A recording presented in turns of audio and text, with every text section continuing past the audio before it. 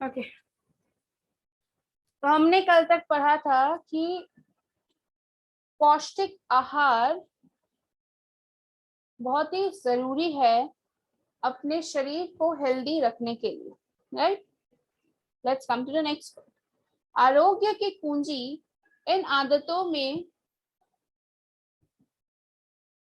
सन्निहित है जो आहार विहार के चयन करने तथा अपनाने के लिए उत्तरदायी है। इस संबंध में जो ढील बरती जाती तथा अव्यवस्था फैलाई जाती है उसी से ईश्वर प्रदत्त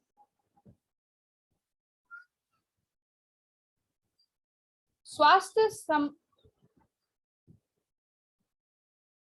संपदा को आघात पहुंचता है और दुर्बलता गुड आफ्टरनून और दुर्बलता एवं रुग्णता घेरती है। जब तक वे विकृतियां पल्ले बंधी रहेगी तब तक स्वास्थ्य समस्या के समाधान का कोई मार्ग नहीं मिल सकता। यदि असंयम पर, वासना और लिप्सा पर नियंत्रण स्थापित किया जा सके, सुसंयत जीवन क्रम अपनाया जा सके, तो उस परिवर्तन का प्रभाव सहज ही स्वास्थ्य सुधार के रूप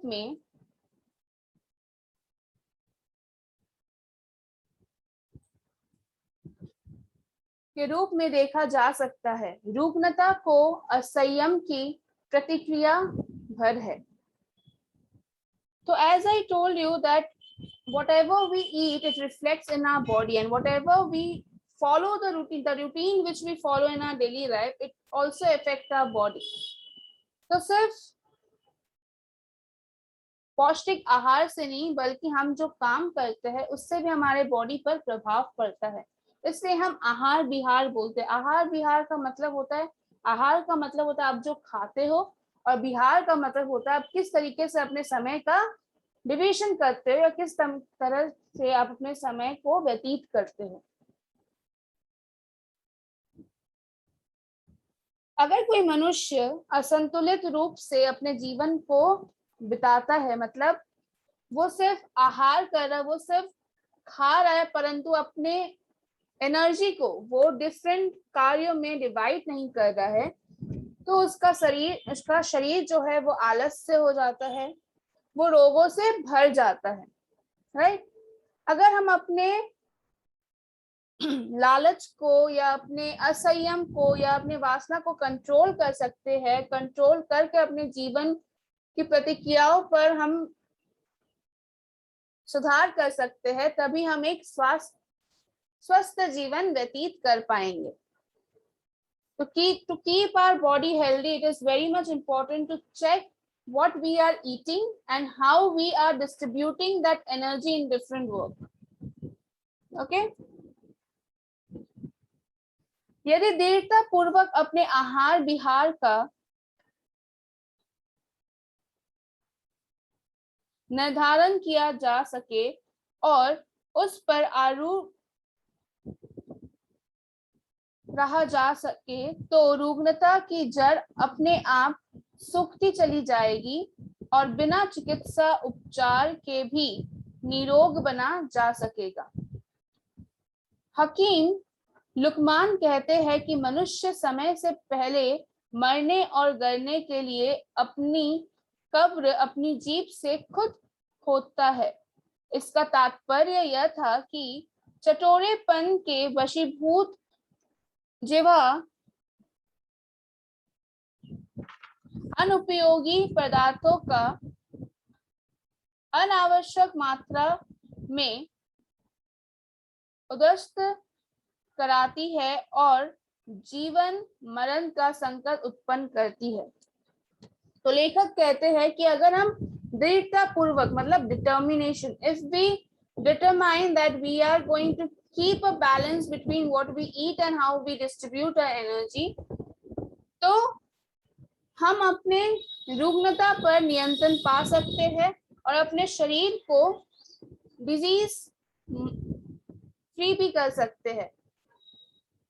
अगर हम ये निश्चित कर ले कि हम जो खा रहे हैं वो पौष्टिक हो और जिस तरीके से हमने जीवन को व्यतीत कर रहे हैं उसमें संतुलन बना रहे, तो हम अपने शरीर को बिना उपचारों और चिकित्साओं के भी अच्छा रख सकते हैं।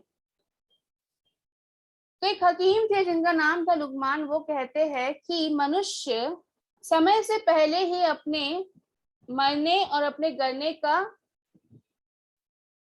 जो इंतजामात है वो खुद कर लेता है। कैसे? अपने जीभ से। इसका तात्पर्य मतलब इसका मतलब ये है कि अगर कोई मनुष्य बहुत ही चटोरा है, चटोरेपन का मतलब होता है the person who Yeats a lot, like he can not control his carving, you can say in scientific way, the person who does not check his diet and he eats whatever he gets. तो अगर एक मनुष्य अपने चटोरेपन के वजह से अपनी जीभ को कंट्रोल में नहीं रख सकता और जो चीजें शरीर के लिए हानिकारक है और जो भी चीज वो खाता है, जो भी आहार वो लेता है, अगर उसमें बैलेंस ना हो और वो अधिक मात्रा में सेवन करता है तो वो अपने जीवन मरण का संकट खुद ही उत्पन्न कर लेता है।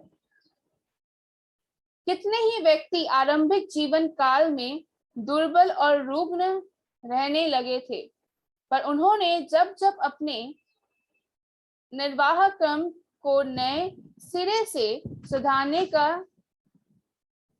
निर्धारण किया तो स्थिति बदलती और दुर्बलता सशक्त में परिणत हो गई। हिंद केसरी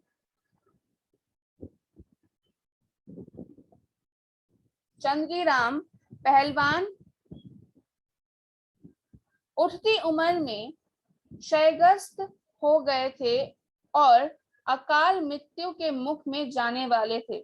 इस स्थिति से छूटने के लिए उन्होंने साहसपूर्वक अपनी जीवन यापन प्रक्रिया में मौलिक अंतर किया और उस परिवर्तन के प्रभाव से न केवल बीमारी से छूटे वरन बलिष्ठता पहलवानों की पंक्ति में जा विराजे।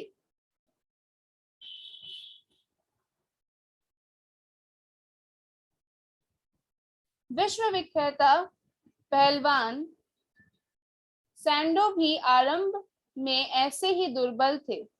वे एक बार किसी प्रदर्शनी में गए और पुष्ट पहलवानों के सुगीर शरीरों को देखा।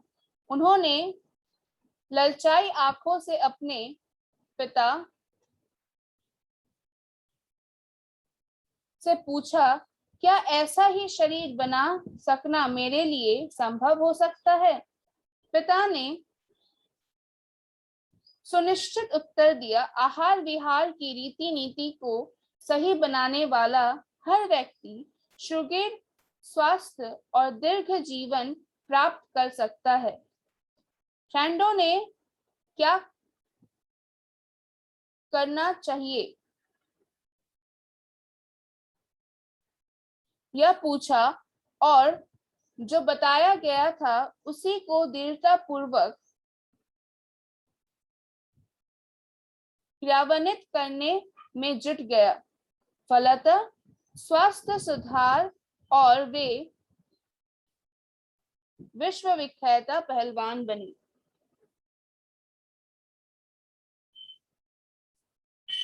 तो लेखक कहते हैं कि ऐसे बहुत सारे मनुष्य हैं जो प्रारंभिक जीवन है, मतलब we have seen many people at the starting of their growing age, they were very unhealthy or they were very weak.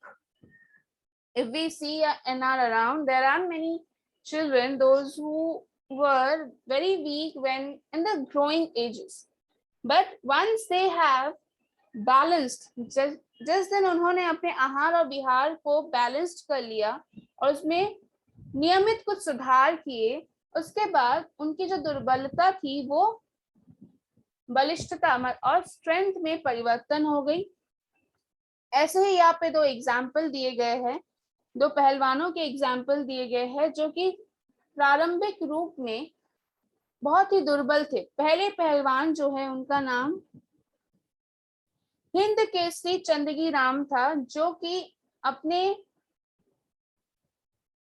उठती उम्र में, मतलब व्हेन ही वाज ग्रोइंग, उस उम्र में जाकर ऐसा हुआ कि उनकी तबीयत इतनी खराब हो गई कि वे अकाल मृत्यु के मुख में जा पहुंचे। परंतु जब उन्होंने यह स्थिर किया कि नहीं, मुझे अपने आहार और विहार, मुझे अपने पोषण में, अपने आहार विहार में कुछ सुधार करना चाहिए, जैसे जैसे उन्होंने अपने आहार विहार पर सुधार किया और नियमों का पालन किया, वैसे वैसे उनकी बीमारी जो है वो छूटने लगी और वे बलिष्ठ पहलवानों के पंक्ति में शामिल हो गए। ठीक उसी तरह शैंडो नाम के एक पहलवान अपने प्रारंभ जीवन में बहुत ही दुर्बल थे, बहुत ही वीक थे। तो वे एक बार एक प्रदर्शनी में गए जहां पर पहलवान आए, सभी इलाकों के पहलवान आए हुए थे। उन्हें देखकर वे अपने पिताजी से पूछते हैं, क्या मैं भी इनके तरह पहलवान बन सकता हूँ? तो उनके पिताजी ने उत्तर दिया कि अगर तुम अपने आहार और विहार में और अपनी रीति नीति में अगर थोड़े से बदलाव लाते हो तो जरूर तुम ऐसे ही बन सकते हो और दीर्घ जीवन प्राप्त कर सकते हो। सैंडो ने पूछा कैसे? तो उन्हें उत्तर में जो मिला, और जब उन्होंने दृढ़ता पूर्वक, मतलब पूरी डिटर्मिनेशन से जब उन्होंने उस नियम को पालन किया, तो ना केवल वे स्ट्रांग बने, ना केवल वे बलिष्ठ बने और ना केवल उनकी स्वास्थ्य सुधरी, बल्कि वे विश्व विख्याता पहलवानों में भी अपनी गिनती उन्होंने बनाई। ओके।